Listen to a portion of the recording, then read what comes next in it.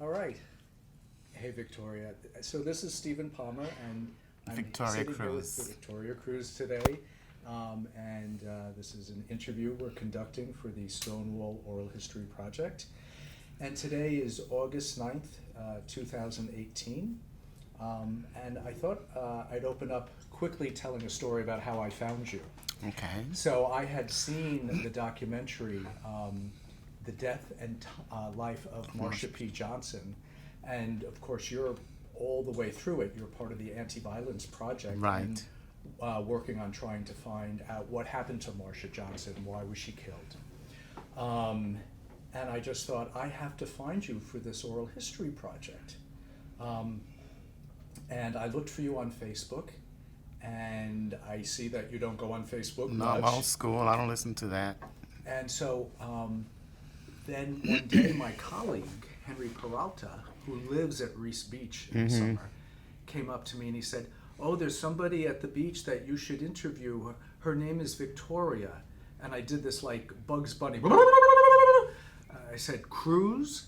And he said, "Well, I don't know." And we looked you up on Facebook, and we saw the picture. And he said, "Yes, that's her." And then he went back, and that's when he said to you, "My boss wants to talk," or something like that. So thank you for this. It's a thrill, frankly. The entire Stonewall Oral History Project is very happy to have found you. I hope it's a pleasure then. Okay. So in a sort of a modified oral history form, why don't we open up with you just giving maybe about 10 minutes talking about your childhood, family, where you grew up, what year, maybe if there's any religious influences and so on. And then we'll move it into sexual and gender awareness. Okay? Okay, well, I was born in Guanica, Puerto Rico. I'm one of 11 children. I'm third from the oldest.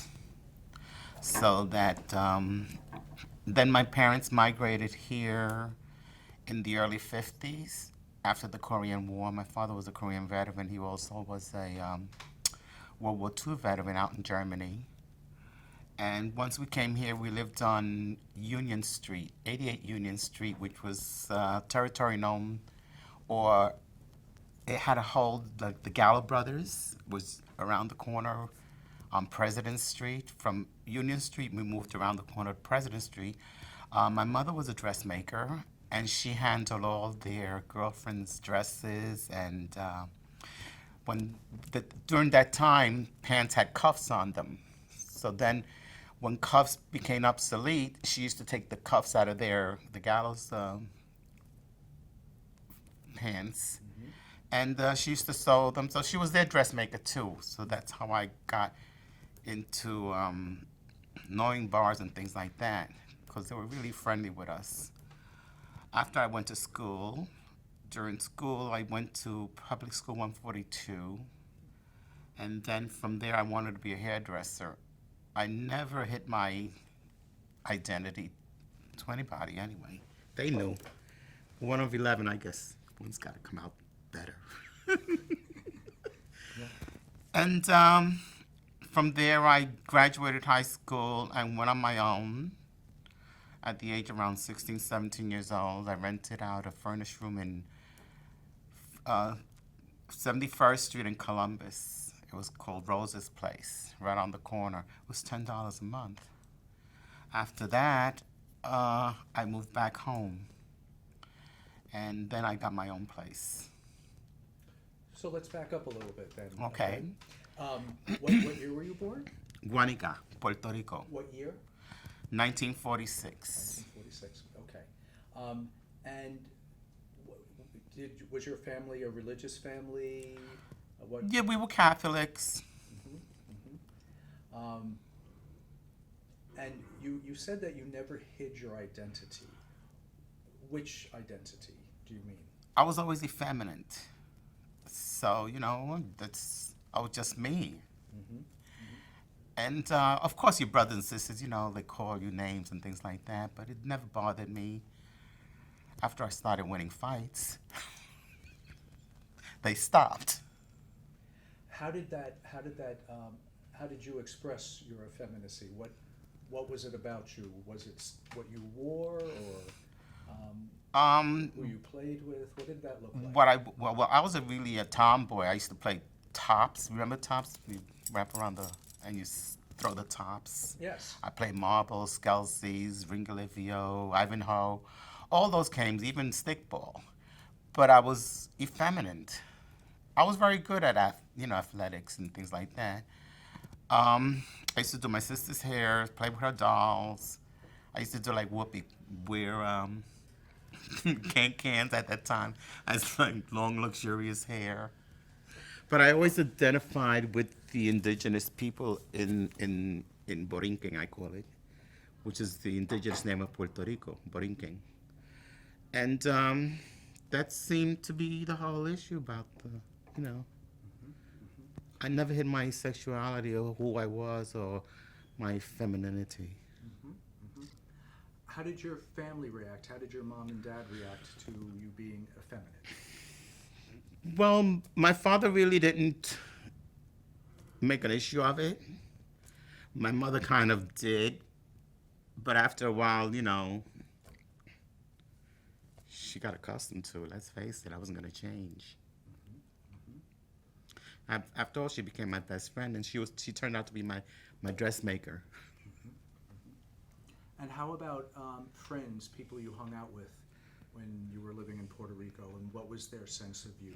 Well, in Puerto Rico, I didn't have that much of a memory out in Puerto Rico because I came here at an early age. So my memory in Puerto Rico was like going to my grandfather's or going out fishing with him because he used to be a fisherman. And I remember he used to catch these sea turtles, and we used to make jewelry out of their shells. So we cut a hacksaw and make jewelries and polish them up. It should be beautiful. I still have some. When did you first start noticing that you were attracted to boys at that point? Early. Talk about that. Early. I remember one time we were playing around, and of course I wore a turban, and my mother came in and she says, "You're not supposed to do that." So she called me by my nickname that they gave me, which was Negro, because I was the darkest one in the family, but it was a term of endearment for them and for me. And she hollered at me and she says, "Boys don't do that." And I told her, "No, I'm not a boy, I'm a girl." And she looked astonished at the time. But then as I grew a little older and saw I was more feminine and I liked to cook and I was taking care of the smaller kids, it fit in with me, I guess. And so they didn't battle you? No, they didn't battle me, not at all. I wasn't hit for being effeminate or anything like that. I wasn't mistreated. I thought they were very supportive till I started changing, really changing, and taking hormones and things like that. So most of your childhood then happens when you move here to New York. New York. And can you talk about, well, I do want to go back to one other thing. You mentioned before that you identified with the native people of Puerto Rico. I still do. Could you talk about that a bit? What influenced you that way? What resonates Actually, my with you? uncle, because when my uncle used to take me out camping and like we used to go out at night land crabbing or things like that, we would find arrowheads and he would talk to me about, the indigenous people around that area. And he would tell me about spots in that particular, my hometown, the history of it, where the cacique, which was the chief of the Tainos, was settling in my town, Guanica. And that's who first influenced me as far as the indigenous people of Borinquen. What do you think it was about the indigenous people that spoke to you, that made you care or feel strongly about that and them? I guess my aunt too, because she really looked like native indigenous person. So, and I was being so darker than all my family, because the rest of my family is a blonde hair, blue eyes, red hair, green eyes, freckles. And I was the darkest one there, so I says, okay, so this is my family too, but I identify more with the indigenous of that particular island. Was there something spiritual about them that made sense to you, or was it the look that you liked? It was the look that I liked. Also, my aunt was a spiritualist and a medium, so doctors used to send people for her to cure when they couldn't find any cures for them. So that stuck to my mind too. Could you talk a little bit about that, her being a spiritualist? What did that... She used to, the call it baraja. She used to read cards or a glass of water. She would have a glass of water, and in that glass of water, she would look into it, and she would see things, and she would tell people. Some people would come with,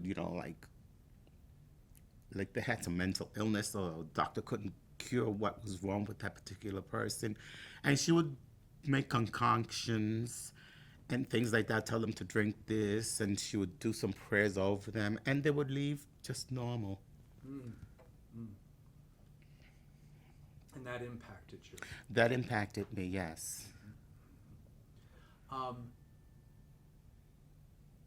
You're going through school. What you graduated high school around? I graduated high school and with a hairdresser's of cosmetology license.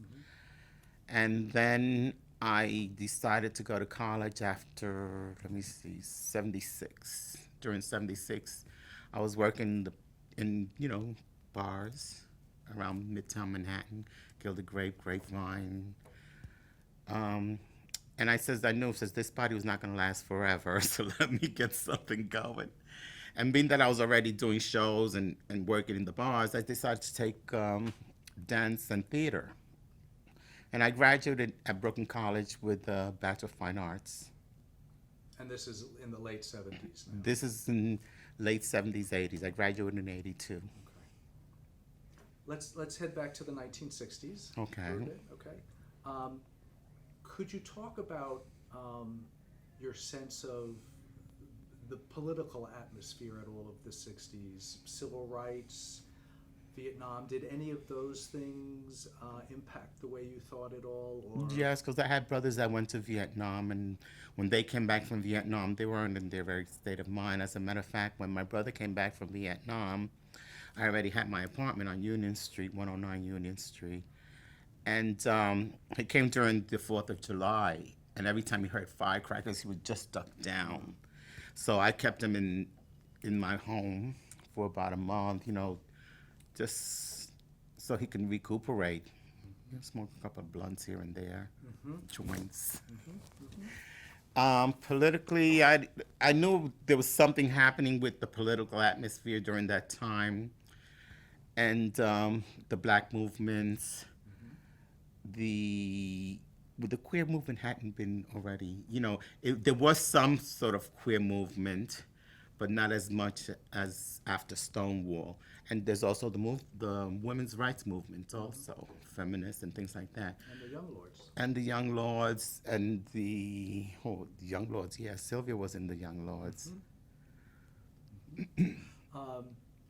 You said that there wasn't much happening with the queer movement, but there were some things. There were some things. What's your memory of those things? What are you talking about? The memory of some things, I found out later what it was. Remember the sipping at the Julius's bar? The sip-in. The sipping at Julius's bar. Everybody was making, what this? And it just happened in 1969 also. It was a couple of, 2 months away from Stonewall.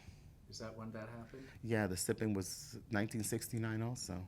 Great name after sit-ins, be-ins. Right, Julius used to be a straight bar. Sip-in. Sipping. Did you go to Julius's? No. Did you come to Greenwich Village in the 60s? I used to go to Greenwich Village, as a matter of fact. So I used to make T-shirts just like this one, and you used to crochet and make little designs and sew them on, then cut the backing of it so it's kind of sexy, cleavage showing, thing like that. I used to sell them at Washington Square Park, or else we used to go to Central Park. There was a lot of movement there in the fountain. So, I mean, to get back to Central Park, talk to me about the ambiance of Greenwich Village in the 60s, what it was like, what the people were like, the sights and sounds of Greenwich Village as you remember them. Sights and sound of Greenwich Village. Well, do you mean the bar scene or just the Everything. walking around? Well, Just walking I used to around? love to go to the village because it felt like you were free. You know, like you could be yourself unless you were in drag. Then if you were in drag, you had a little issues with some cops stopping you and asking you if you're a girl or a boy, or they, just try to be cute and say, "Hey, would you like to see my nightstick?" And every time, "No, would you like mine? To see mine?"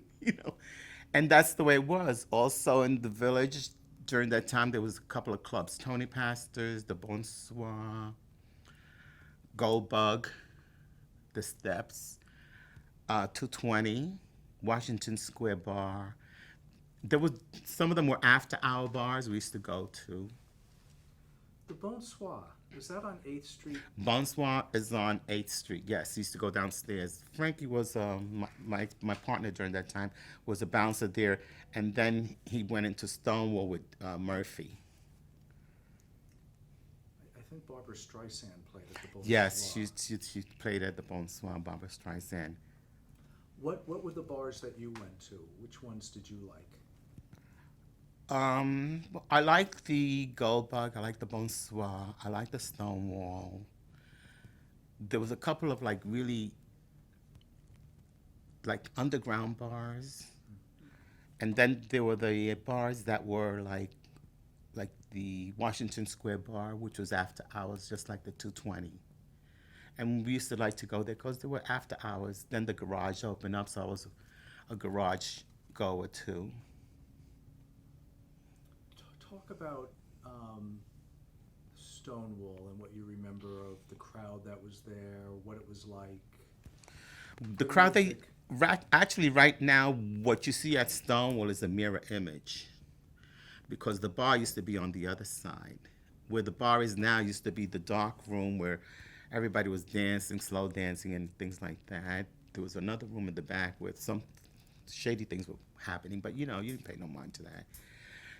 There were women there because, of course, when the lights went on, you knew that it was being raided. And most of the bars got raided all the time. But the Stonewall was nice. You could dance. The music was great. Mm-hmm. You felt free. What kind of music?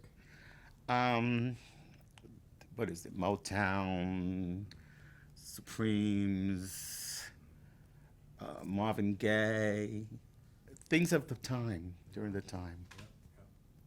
Yeah. I know what you're talking about when you look at Stonewall now.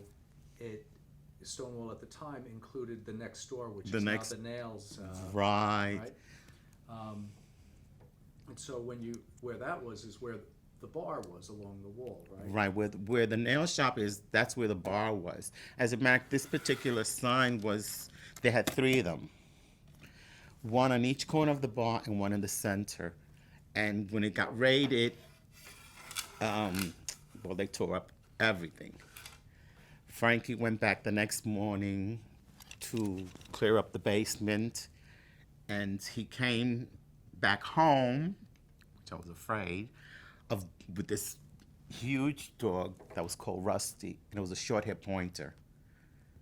Turned out to be my best friend. We're going to get to we'll get to the actual raid and so on. But so this is This here is part of the Stonewall Bar, because there were 3 of them, one in each corner and one in the center. And if you could tell the prices, champagne $1.25.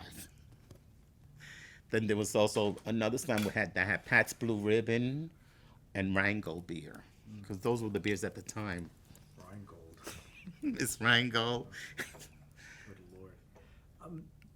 You mentioned Frankie. Yes. Talk to us about Frankie. Frankie I had met in the Goldbug. One time when I was going there with a couple of friends, We kind of hit it off, you know, we exchanged numbers. He called me and we started like dating. And then he said that he had another job, which was at the Stonewall. And that was, Murphy was running it for the mob. And Frankie was the bouncer at the door. He was okay, I guess. We were always fighting though. Because I guess when you're working in bars and I don't know if he did, you know, he popped pills of black beauties or whatever, he wouldn't come home. So you don't do that. Drove you a little crazy. Yeah, he did drive me a little crazy. As a matter of fact, when the riot at Stonewall happened, I was stalking him because he didn't come home that Thursday night and it was already Friday. So I went from work straight there. And I met him when he came in. He says, "What are you doing here?" He says, "You didn't come home. What's wrong? You know, what's up? What's the matter with you?" So he said, "Me go home, go home." I said, "No, I'm not getting home. I'm waiting to see what's happening." The only thing he was going out with Sylvia's friend, Bubbles. And that's how I found out. So I was talking. I says, "I'm not staying here. I'm staying right outside." And I went like 3 doors down where those steps are next to the bar. And I sat there, and I remember it was a very humid night, very quiet. Judy Garland had just been buried. And it was like the quiet before the storm. Because it was hot, like it was like a couple of days ago, really hot and humid, and no breeze, and it was silent in the air. It wasn't like the village was before. There was an eerie sense to that particular night. Then what happened? Around 12:15, the paddy wagon came with the cops. Frankie was at the door, and I saw him walk out, you know, like, because he was illegal here. So he snuck out, came over to me, says, "Let's go." I says, "No, I want to see what's happening." So when I saw them taking people out of the bars, and then one girl was like a black girl with a blonde wig, she was hit by the cops. And then people started, you know, yelling at them and throwing things, and oh, shit broke loose. What else do you remember? What is? I remember that the second day was burning of cars and garbage. I remember it was kind of funny. I remember also that when they call in for more recruits from the police officers and they were started chasing the gay guys all around, they were going around, but you know where Julius is? It's just a circle. So it looked like the Keystone Cops because they were chasing everybody, and by the time they turned the corner, the rioters or the picketers or the people who were doing the you know the whole turning of cars and everything was after the cops. So then it was like, you know, the police chasing the protesters, and the protesters chasing the police because we're going in circles. And to me, it was like a comedy. It was comical. Pause for just 1 second. Make a couple quick fixes. Okay.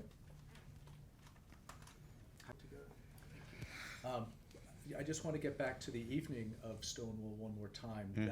That Friday night going into Friday Saturday night to morning. Saturday, right? Okay.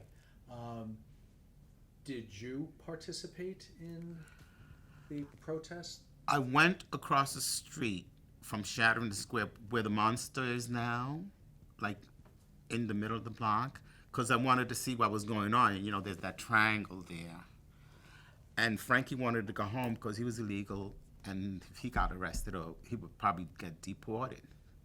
So he was pressing me to go home. Go home. Says, "No, I don't want to go home. Let's see what's happening on." Because everything was just in an uproar. And I remember Sylvia was there, and then later on, Marcia came. Because she was not there. Marcia was not at Stonewall. It's also, have you seen the Death and Life of Marsha P. Johnson? Yes. Well, in that film, she says it herself. She was on 42nd Street. By the time she came to Stonewall, everything was in an uproar. So she came late, and Sylvia was having a cocktail at the Sheridan Square Park. And till about 2 o'clock in the morning, Frank says, "Let's go. This is getting too hot, and we need to get out of here." So we went home. Next morning, he got a call from Sal, which was his other boss, that they needed to clear out the basement and that the police had torn up the whole place. So he left and I went to work. Then when I came back from work, that's when Rusty and the sign was in my house with a couple of glasses and things like that. So speak about Rusty just a little bit more. Rusty was a short-haired pointer who... This is Rusty. It's the short-haired pointer who used to guard the liquor in the basement so nobody would go in and rob it. And turned out to be my best friend. I was afraid of dogs. I was afraid of him, especially walking into my house and seeing this huge dog there. But I fed him and I gave him water, and he let me go to the bathroom because he was tied by the sink. And in order to go to the bathroom, I had to pass by the sink. And Frankie had tied him on one of the legs with these old, cast iron sinks. Mm-hmm. And once I fed him and I gave him food, he just let me pass by. I went to the bathroom and he stopped barking. So I said, okay, that's good. And then Frankie showed up around 1 o'clock in the morning. I says, why'd you bring this dog? He says, well, what we were going to, I didn't know what they were going to do with him. So I says, I'll take him to my house. I says, okay. So I kept the dog, and he was very nice. He was very protective of me, too. Can we see a picture of Frankie? Sure. Where did Frankie come from that he was illegal? He was Canadian. He was Canadian. Let me see which was better. Here, this one. Here, these two. This was his birthday. Where's this party? It was in my mother's house. How'd your mom like Frankie? My mother liked him. My father liked him. Handsome fella. Very handsome. Yeah. He was very handsome. Also a cheat. And also a cheat? Is that what you A said? cheat. Did you perform at all during those years? Not at the Stonewall. I started performing back in '73. There was a bar called the Grapevine on 8th Avenue and 45th Street. Mm-hmm. And we went there, and I was a little tipsy, and my friend told me, he says, why don't you get up there and do something? He says, I dare you. So I said, sure, why not? So we did one of Billie Holiday's songs. I mimed to it and I won. So I said, oh, this is good. I got paid $50. I said, oh, I got to do this more. And I had gimmicks. I did a lot of things. I did strips, belly dancing, mimes. I sang also. But most of Billie Holiday's, and I did Tina Turner too. So, I changed. I had gimmicks. I even had a bag woman. Her name was Maggie. I took one of these glasses and I put these little holes and took the things that you clean your ears out, and I made her cry. Then I found this dildo and I wrapped it around me.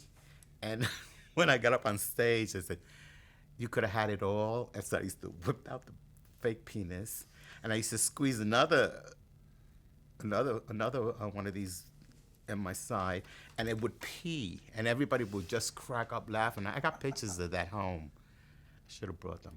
Love to see that picture. And how did you dress in the late 60s? Were you dressing at that time in women's clothing? You know what? The 60s was very, very good for trans people because of the hairstyle, because of the makeup, because everybody wore lashes, wigs, and wiglets, curls, huge hairdos. So, that was a thing that was happening then. And women did the same thing, too. So everybody fit in, and the Beatles started coming in. So guys were letting their hair grow long. Rolling Stones were also long hair, Did you feel that the hippie culture helped? I think so. Gay culture? I think the hippie culture helped the gay culture. It was more freer. It was not as constricted as it was then before. Mm-hmm. You went to the barber shop, you had to get a haircut, buzz cut. Mm-hmm. Could you talk about race in the village, in those bars at that time in Stonewall. And Sylvia Rivera, Marsha P. Johnson, and so on. There were, what was Stonewall primarily, was it mixed? Was it primarily white? It was primarily white except for the young, I would say it was a mixed crowd. I would say it was a mixed crowd. Most of the bars were mixed crowds, especially gay bars. There were mixed crowds. And then Sylvia Rivera was very young, very wild, very loud. Marsha was even, although she was loud, she was more conservative, more demure, except for her get-ups. And everybody knew Marsha. Hi, babe. Hi, hon. You know, everybody knew Marsha. Sylvia used to be with the Young Lords. Who was The Young Lords. No, but who did you say was with the Young Lords? Sylvia. Oh, Sylvia. Sylvia Yes, Rivera. She was, I think, the only person I knew that was gay with the Young Lords. Could you just mention who the Young Lords Young were? Lords was a radical group in Manhattan of Latinos and blacks that they would like the how do you call those angels today? The guardian angels. The Guardian Angels? The guardian angels. Well, they fought the establishment and the powers that be at the time, They were sort of almost like the Puerto Rican Black Panthers. like the Puerto Rican Black Panthers, right?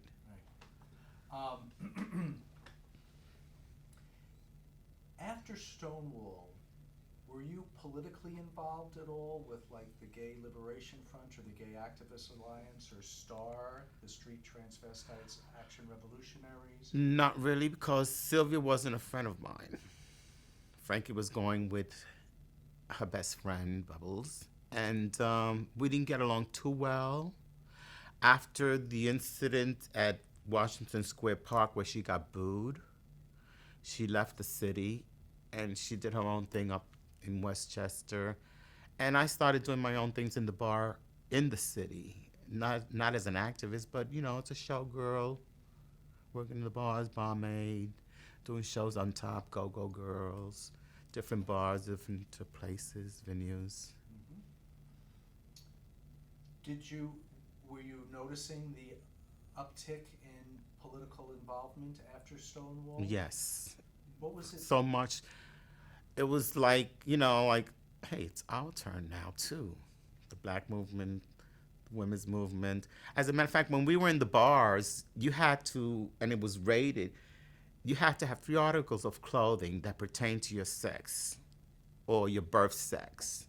And I think that one of the reasons, to me anyway, the women started burning their bras because cops used to go and used to call them the Robin Hood. Those bras during that time had heavy elastic and the hooks, so they would go up their t-shirts and they would pull, bang, and says, "Oh my gosh, you got a Robin Hood," and they would pull their bra up in the back. They would pull it and then let it go and then snapped. And they watch to see what kind of shoes you had on. Most of them wore dungarees and t-shirts. That's where they look for bras. So the cops, when they raided places, were looking for 3 articles? 3 articles of clothing that pertain to your birth sex. You didn't tell me what Especially that if mean. it's hot in the summer. Right. What happens if you just, Well, what would you wear? I would wear t-shirt, dungarees, or shorts, and sandals. And if you had a 4F card from the selected service, you had to present it. What happened with you in Vietnam? Were you I never went to Vietnam. My brothers did. did you received a 4F A card? 4F card, yes. What is a 4F card? 4F card was not yet eligible for the Army. I remember I went down to Whitehall Street, where was where they had you go for the physical, the draft induction center. And I remember walking in, and there was a guy in a long hallway, and he was sitting right there, and you had to walk to him. I says, why such a long hallway? I guess he was reading me. He had his gaydar up. Then they give you a questionnaire saying if you had sex with men or whatever. And I put down yes, and then I showed it to this guy, and he says, "Hey, we don't want you." So I told him, says, "You didn't call me." He says, "I didn't call you. You called me." And then a week or two after, I got my 4F card. So you had it kind of easy. They didn't put you through the mill. No, they didn't put me through the mill or anything. I figured that guy had his gaiter on, and he could tell that I was gay the way I was walking. But you were wearing male clothing. I was wearing male clothing, yeah, a T-shirt, a shirt, and dungarees, and Converse. Okay. Now we're getting toward June of 1970. So these political groups are beginning to form, the Gay Activist Alliance, the Gay Liberation Front, and so on. What was your sense of them? You'd see the flyers, I suppose. I would see the flyers in the bar. I remember the first time they did the parade on 6th Avenue. We went all the way down to Bleecker Street. We set up there. Murphy had as a matter of fact, Murphy had rented one of these, like, it wasn't a station wagon. It was just a cart pulled by a horse, and we all got on it in drags. And we rode up.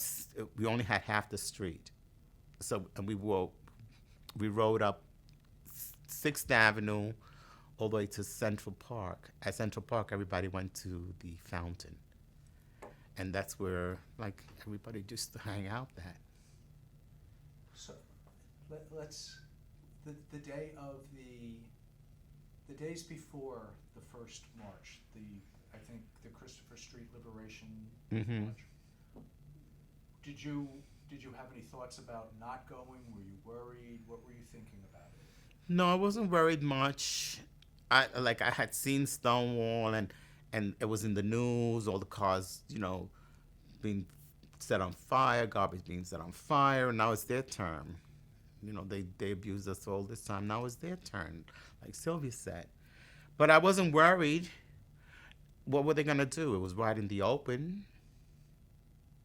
They gave us half the street on 6th Avenue, and we just rode up. How many people were there at the beginning of the march? At the beginning of the bar, we set up on Bleecker Street. I would say from Bleecker to about 4 or 5 blocks. Everybody in the full regalia. And what was it like for you at the first march? It was fun. It was fun. It was liberating. You didn't have to hide anymore. Here it is, gay rights. Fight back. And what were the reactions of people on the street as you were heading up? Let's see, reaction of people on the street. Some people didn't know what was going on, and some people were just, watching a parade, or some people would yell. What would they yell? Faggots, homos, faggots, things like that. But we didn't care. We were in drag in the daytime, and we didn't care. We couldn't get arrested. And so you continued to go up all the way up 6th All Avenue? the way up 6th Avenue till we entered the park. Did the crowd size increase as you continued on? Well, the fountain at Central Park was always packed. It was like a carnival atmosphere there. And everybody just went to the fountain. We used to go around the fountain, the lakes, and there were some drummers also. A lot of people drummed. A lot of people sold their wares. A lot of people sold pot. A lot of people sold pills. It was a carnival. I had heard that from somebody, one of the people I interviewed, that when they got up to Central Park, there wasn't a plan for the next bit. They just probably go back to the village or something, and that it did pour into the park and the Sheep's Meadow as well. Right. Whoa. Oh, true. I actually have to change media. Do you want to take that as a sign to take a small break? Jump into the fountain. I like your name. Me too. ready to go. Okay. I was saying that other people have mentioned the same thing, getting to Central Park and then kind of just piling in, and that the Sheep's Meadow was filled with people, and it was kind of almost like a hippie love-in. People were headbands and long hair and holding hands and so on. Bell bottoms, beads. And there was a scene also at the fountain, not just that day, but in general, right? Wasn't it The fountain was always packed, especially on weekends. People would, well, then the water would be flowing, then people would jump into the fountain and just, it was wonderful. It was really good. Different paths you would take, and there would be Latin drummers, Cuban drummers, Haitian drummers all over the place. And you just hear the drumming. You sat down, you ate, saw grass, smoked grass, met people. Did you notice a change on how it felt to be part of the LGBTQ community after, even though those initials weren't used then, after Stonewall versus prior? Did it feel different to you? It felt much more different. It felt much more freer. It felt I could be myself more. There wasn't that restriction or looking over the shoulder. You know, when you used to go to the village before, and you would walk around the piers or the trucks, if the cops came and you were in drag, you would just yell out "Lily Law" or "Camarones," which means shrimp. You know, the whole majority of the cops in the village were Irish and white, so you know they had like, if they were especially out in the daytime, they would get red. So we used to call them camarones, shrimps, or Lily Law, or the cops, and people would run, you know. We would also do mischief to the guys who go inside the trucks to have their sex and everything else. If I find out that they would call us names, and then we would bang on the trucks while they were doing their things. The cops, the cops. You see them running down with half their pants down, zippering up. Talk about the piers and the trucks a little bit, about that scene, because that's not something that people know about anymore. It's lost history. It used to be called the meat rack. And that was when the Westside Highway was there. It was kind of dark and gloomy, different atmosphere. And they used to park trucks, and half those trucks, the 18-wheelers, were empty. Some of them were left open. So guys would go in there and have sex. As a matter of fact, one time I went with some girlfriends of mine to the piers and to the trucks just to hang out, you know, whatever. And I was dressed in white. And somebody called, "Lily Law!" And I started to run. And I went inside the inside wheels of an 18-wheeler to hide, because I was in full drag. But when I came out, oh my God, I was so greasy. My white dress was greasy. I had to take the subway back home. I take the F train that way. I had to walk all the way to 8th Avenue and take the subway. Lily Law was the way that the community would let each other know that the cops were coming. Yeah, Lily Law, camarones. I love the camarones. Camarones, yeah, shrimps. Langostas. Langosta. They wouldn't realize what we were saying, you know. Camarones. Camarones. We were talking about them. What would the cops do when they came toward the trucks, when the guys were having sex in the trucks near the piers? They would do flashlights or bang on the walls of the trucks. That's what we used to bang. The cops, the cops, the cops. And we used to run them out. Watch them run out. They weren't very nice. Especially if you had like hormones or breasts. You know, they would just tease you or hit you or say really nasty things. You pushed right in there. Would they hit? Oh, they would hit. Drag? If you had breasts, they would hit you. If you were on hormones, they would hit your breasts.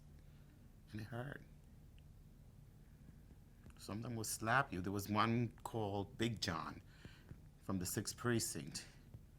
It's a time when we were doing the Marsha P. Johnson movie, but we weren't able to find him. But he was an abusive cop. Really abusive. They used to call him Big John. Big Irish man. Was it harder for people who were dressed in drag versus just other gay men in the village at the time? I think they picked on, well, at the time it was drag queens. I think they picked on the drag queens more. That's why we used to love when Halloween would come, because they wouldn't be able to do anything. So we always meet at Howard Johnson's. It was on 6th Avenue and 8th Street. It's now a video place. And then Murphy had the Burger Train, which was on Greenwich and 6th. So those were the meeting places. And then from there, we would just, run to wherever we were going. If we wanted to eat something, we would go to Mama's Chicken Ribs, which was on Greenwich Street, or different restaurants and bars. If you could talk about the evolution of after Stonewall and after the first march, what you were up to, what you were doing, how you viewed the scene in Greenwich Village and gay rights. It seemed like, well, the truth is, like Sylvia said, on 1973, there's just middle class, white people who didn't like trans women and who were upset with the trans movement. But at the same time, we didn't care. We were being ourselves. Even, most of the verbal assaults or mistreatments were from my own kind. Were from gay men or lesbians. What was the problem that the gay community had with the trans community at the time? I guess we were freer. We didn't give a damn. We were being ourselves. We weren't in the closet. Why was that a threat to the rest of the community? I guess we were competition.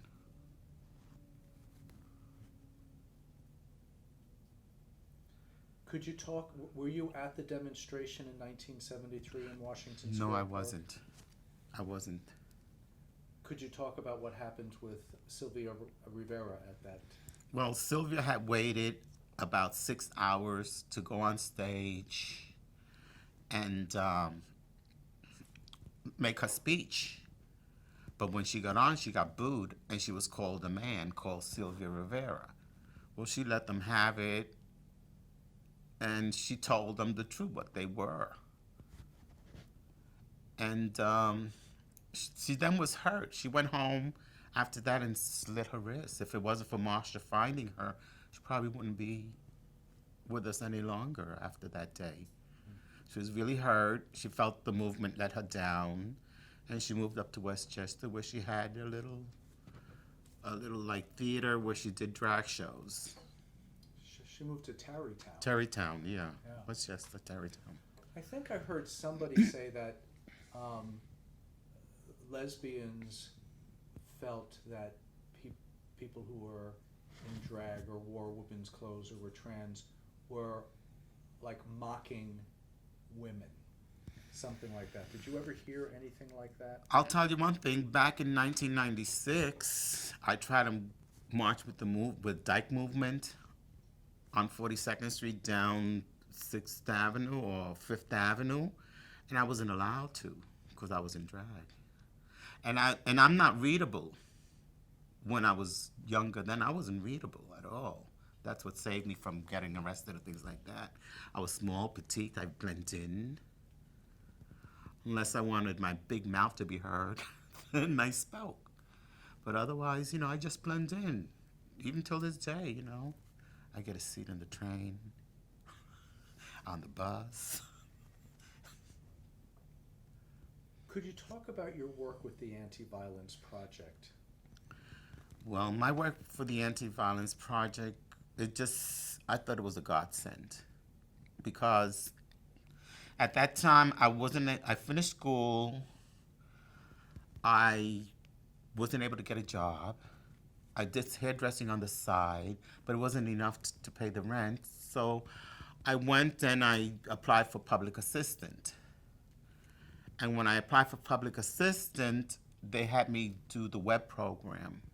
And the web program wanted to send me to the parks, but a lot of the girls were getting beaten up and sexually assaulted in the parks. So I said, no, you send me someplace else. And they sent me to a nursing home. What's the web? Web program. How do you spell that? W-E-B. W-E-B. E-B. What was that?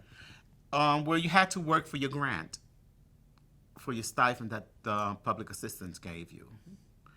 And I worked 3 days out of a week at a nursing home. And it's turned out that the nursing home was in Red Hook or Clinton, well, now it's Clinton Hills. And I was raised in that area, so some of the workers knew me there. And they knew all about me, they knew my family and everything, except for one girl who was kind of jealous of me. And from somehow or other, she managed to convince 4 women to sexually assault me in a medicine room. And after they sexually assaulted me once, I just kept my mouth shut. But the second time was more violence. I said, no, something has to be done. And I pressed charges on them as far as writing a chronicle history of what happened that day to me there. And I turned it into the volunteers director. And she says, well, this is really serious. And then I wanted to get even with them. So I didn't want to slash them up or beat them up or something, because then I would get in trouble. So I called the Anti-Violence Project. I called first the center, at the Gay and Lesbian Center on 13th Street, and I got Rosalind Blumenstein, and she told me about the Anti-Violence Project. I knew Rosalind. I didn't know of her working at the center, but Rosalind, when we were much younger, we used to hang the bars together. It wasn't like, I had settled down with this person who got me into crack, but I was crack addict for 10 years. So then, after the sexual assault, I contacted the Anti-Violence Project, and they asked me what did I want to do. So I told them, I said, I want them arrested. And if possible, I want to sue them, because I want to really hurt them. The only way I can hurt them is in their pockets. So then they were arrested. We went through the whole legal system, court. That was a scene and a half in court, because I had to testify against them. And in court, the lawyer thought it was funny to say, well, you say you're transgender, what does that mean? So I says, yeah, I got a dick and a pair of tits. And everybody from the court came to my side to get a better look at me. And the judge says, order. He tried to be cute, and he says, well, I'm going to tell him the truth. He says, I got a dick and a pair of tits. That's transgender. He says, well, how do you get your breasts? It's hormones. This is the same kind that they give to your wife when she's in her stages of menopause, and he stopped. But that was a scene and a half when the whole court just came over to one side to get a better look at me. As a matter of fact, I was in a room by myself and my advocate, and 3 cops were in front of me. I had my miniskirt on and all, and they were making Google eyes at me. And then one of them says, did you hear about Judge so-and-so and so?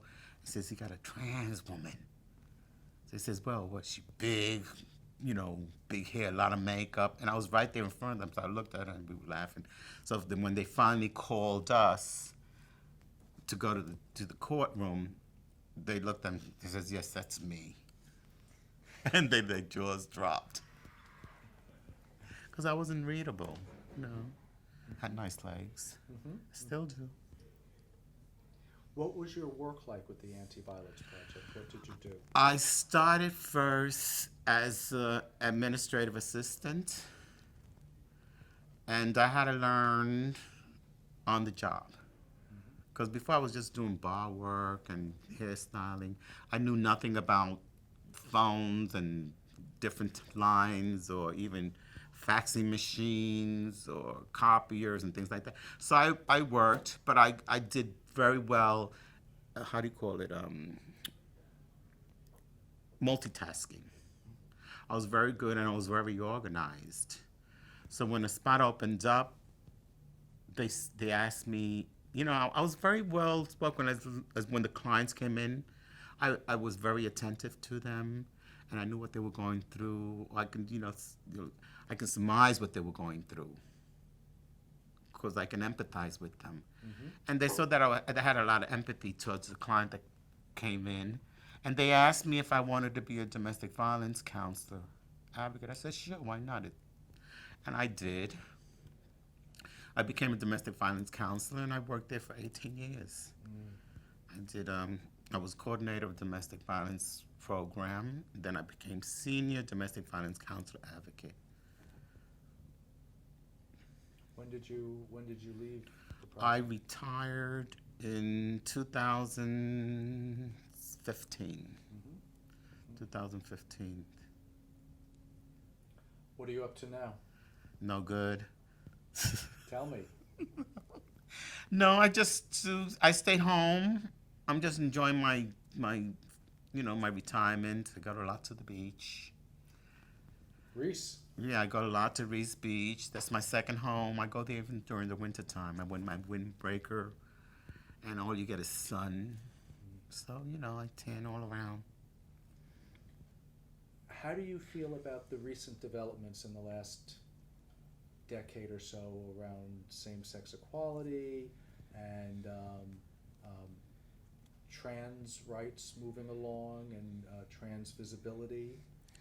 I think that the more trans women, or the more visible we are, the more lashback we probably get. Because especially with this climate now in this day and age, people feel they can just discriminate outright and say what they feel like saying or what they're thinking about it. Where before they didn't express it that much. It was quieter. Now it's just out there. Do you think things are getting better, or what do you think? Well, when you have 24, 26, 27, 28 trans women murdered, and half those criminals don't come to justice or never get justice, or their cases are just swept underneath the rug, there's a problem there. We're all human beings. These trans people have feelings too, especially women of color. Talk about it. Well, if you're of color, you're liable to get your ass whooped. If you're red, if you work in the street work, especially if you work in the streets, it's more dangerous. Sometimes the Johns want their money back. Sometimes, you go. It's harder, I think, for trans women now, especially women of color. A lot have been murdered, brutally murdered. It's overkill.